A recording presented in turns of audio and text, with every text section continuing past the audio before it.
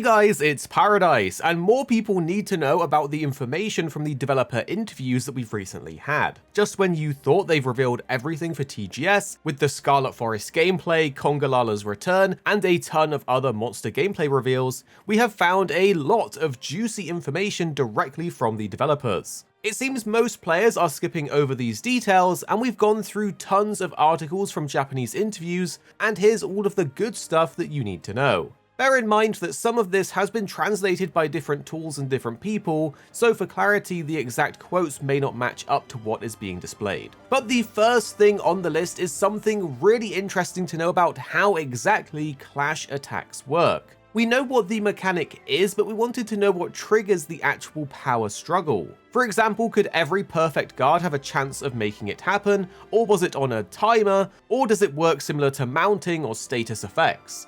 Well, in an interview, we got confirmation of this, as Dengeki and Fujioka said the following when asked, "What's the conditions for triggering a sword clash?" They say, similar to the stun mechanic, the accumulation of a value builds up through guards or perfect guarding, and once it reaches a certain threshold, a sword clash will occur. Perfect guarding will accumulate a higher value. Well, this is very cool, as we know we have more options for controlling the monster, and it's great to know that this functions kind of like a similar way to mounting. We'll do another video in a premiere series for Monster Hunter Wilds going over it, with both clashes and offset attacks, just like we did for mounting, so you guys can get up to speed on these core new mechanics. But another mechanic that we'll also be going more in depth on in a separate video is the wounding system, and there's something that wasn't exactly clear and wasn't in the hunter's notes in the demo build. You see, there is a damage bonus for destroying lots of wounds. We've known that hitting a wound will give you a damage bonus,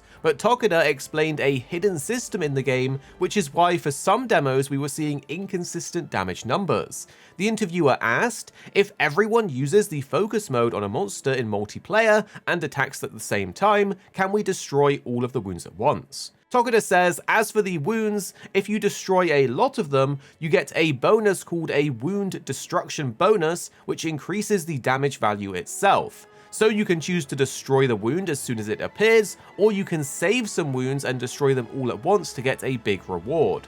In addition to wounds, we still have the same body part destruction as before, so you can still cut off the tail and skin it, or destroy large horns and so on. He says he thinks it's common to destroy parts of an animal by attacking for a little longer, and then finally destroying it at the end of the hunt. In order to give you that same sense of exhilaration and accomplishment sooner, they've created the symbol of a wound, and made it easier to understand that it's a good idea to aim for in this short cycle. They've implemented this with the idea that they will make the hunt less boring and allow for more dramatic development. So this is a very interesting system and mechanic, and makes the wounds even more impactful. This could even mean in the future some players may leave the wounds open in order to time it for a big wake-up sleeping chop. Now, one of the big reveals from TGS was the reveal of the returning monster Yanaku.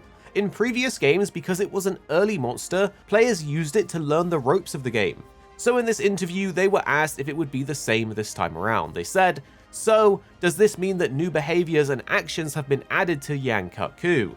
Tokida says yes, including the packs. They've incorporated movement that feels appropriate for Monster Hunter Wilds. Yanaku is a special creature for us, so please look forward to that. For other returning monsters, while we understand their original character traits and concepts, they've also added new behaviors and actions. Another question was asked about Yanaku, saying, wasn't there a particularly large individual within the pack? Tokida says yes, there are natural individual differences within the pack as well. As for how this will be handled, we hope you enjoy discovering that in the main game. So it's awesome to hear that they're bringing in something new for Yanaku, and we can make a speculation here based on the information, and could it mean that Yanaku is some type of invader flock that will jump and attack hunters? What do you think they're hinting at here? Next, we have something to point out for anyone thinking of picking up the PlayStation 5 Pro. While it is likely that Wilds will have a performance increase just from the better hardware that the Pro has, During an interview, they were actually asked specifically about the performance increase of the PlayStation 5 Pro and Wilds. Ryozo said, "To be honest, we're still in the process of verifying compatibility with the PS5 Pro, so we can't say anything definitive at the moment, and we will make an announcement once we have something to share, so please stay tuned." Now, we would be quite surprised if there wasn't some kind of compatibility or performance increase with the PlayStation 5 Pro, given how Capcom works quite closely with PlayStation. But talking about the PS5 Pro, to be honest, I'm still salty that we weren't able to snag a pre-order of the 30th anniversary edition. Did any of you guys actually manage to get one, because they sold out instantly? But to move on, a massive point for the community has been the change to make the combat feel more free-flowing and less commitment-heavy. There's even a video from Ratatosca discussing the very topic and the things he does like about Wilds. Well, we know this is the intended vision for the game and the combat itself, as in an interview with Famitsu, this was discussed. They said, "Right away I tried out the game, and it felt like there was a lot of flashy and satisfying new moves, such as the Gunlance's Dragon Stake Full Burst and the Longsword's unrivaled Paralleled Slash. Did you have this in mind when creating the new moves?" Tokida said, "That's right. First of all, the overall concept of the weapons was to make them feel good to touch. We wanted to minimize the time that a player couldn't control them, or the time that their moves were frozen, so they could perform various techniques while moving and link them together in ways that weren't possible in previous games. We've implemented new techniques this time that conclude the final moves of each weapon's decisive moves in a slightly different way than before." They were asked, "Is this the concept for all the weapons?" and Tokida said, "That's right. I think that people who have been playing Monster Hunter World and other games for a very long time. So we are taking Monster Hunter Wilds with the intention of having players enjoy it with a fresh feeling. We think it's pretty cool that they are trying to keep the game fresh. With the franchise running for so long, they're looking for new ways to mix it up. We understand the concerns that they're moving away from the original heft of the old Monster Hunter games, but this probably means they'll just tune the monsters up as a result of us having more tools to play with. If you look back at most of the monsters in the old games, their decision making and moving was very slow,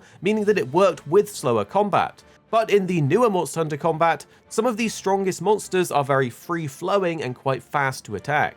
In an interview, we actually learnt about two things. The fact that there's something called a mass outbreak, which if you have played Pokemon Legends Arceus, you may be familiar with this kind of mechanic. These are like mechanics in games where a ton of a certain monster or creature will spawn, and it looks like Monster Hunter Wilds is taking inspiration from that.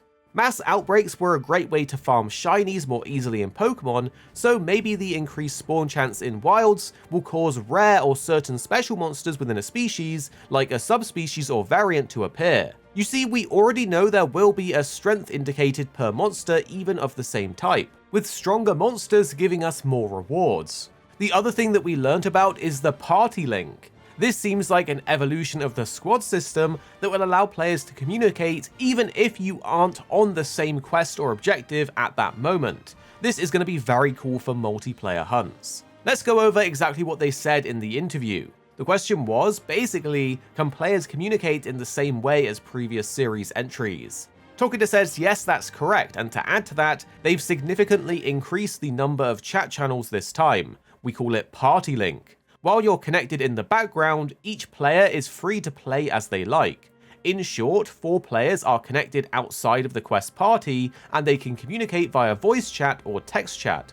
For example, you can say something like, "There's a mass outbreak of that monster where I am, so why don't you all come over here?" and then send out a notification to the Party Link members to gather them together. They've designed this system so that the players, given their varying play environments, can easily find something they want to do and share it with others and play together. This is a super cool sounding system, and it's basically an in-game comms party chat. It'll be interesting to see what they've done with the lobby codes and if they've kept them or streamlined that too.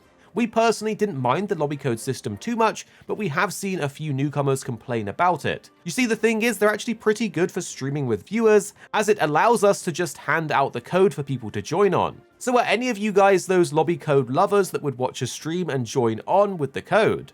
There was actually a different translation of this in the Gamer.ne interview that said, "This time, we've increased the number of chat channels considerably, so you'll be able to connect behind the scenes in a link party and play your own story or in your own environment." This kind of shows us that we'll be able to be in our own world that has different monsters and activities happening, or even just doing the story while still linked in a party, which is absolutely awesome. Another interesting question that was asked though was about collaborations and if they've been decided yet for Wilds. They said, "I'm curious about the collaborations in the game, is there anything that's been decided?" Sugimoto said regarding collaborations, they would like to try them if there are any interesting ones or if the timing is right. However, since it depends on whether the collaborating party is on board, they can't say specifically what they want to do at this point. Also, it's not just a collaboration, but also whether they can add interesting gameplay or ideas within Monster Hunter, so they would like to think about that together with planning. Now, we know from previous coverage that you may have seen on the channel that there has already been chats happening at a top level between the Monster Hunter directors and Yoshi P from Final Fantasy XIV and 16. We're really hoping we get that Bahamut collaboration, as it would be so awesome and a real step up from Behemoth that we got in Monster Hunter World. Now, for those wondering about underwater combat and why it wasn't implemented in Wilds, in the Gamer.ne interview they straight up asked about this. They said, "Is it really difficult to revive underwater combat?" Fujioka said, "We are the ones who designed Monster Hunter 3, so it makes us very happy to hear that, but it is quite difficult, and we're sorry we haven't been able to make it happen this time."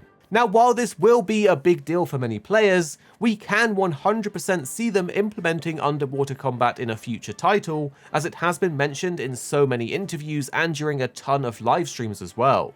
There was even a live stream where Tokuda was reading the chat and said, "Wow, I didn't know you wanted underwater combat that much." In a Chinese interview, they actually go into a bit more detail about this, saying, "There is no underwater combat. We have always kept in mind what kind of game content we wanted to bring during the development process. When developing Monster Hunter 3, underwater actions were a relatively core element, so during development, a lot of underwater actions and areas were made around this point. But this is also because we wanted to do this from the beginning so that it can be reflected in the end. At present, Monster Hunter Wilds has been developed to this stage, and there are basically not many water areas on the map. Even if we want to add a water battle part, we must first start with the area. So in conclusion, it's a bit difficult to add water battles to this game." So there you have it, a ton of very interesting details that you may have missed out on if you didn't see all of these interviews in various languages.